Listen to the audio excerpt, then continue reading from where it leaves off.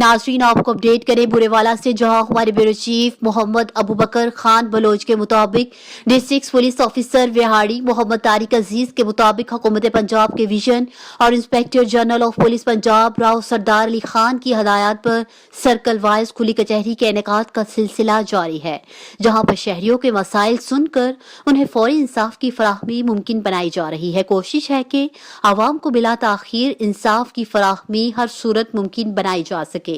खुली कचहरियों के इनेकाद से पुलिस और आवाम के दरमियान फासले कम हो रहे हैं और आवाम का एतमाद पुलिस पर बढ़ रहा है, जो कि एक मुस्बत अमल है।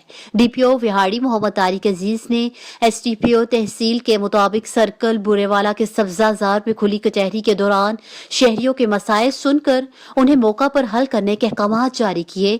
खुली कचहरी के दौरान पर एसडीपीओ सर्कल बुरेवाला फरहत रसूल और सर्कल बुरेवाला के एसएचओज भी मौजूद थे। इस मौका पर डीपीओ विहाड़ी का कहना था कि शहरियों को जो भी मसाइल हों वो हमें खुली कचहरियों में आकर बता सकते हैं।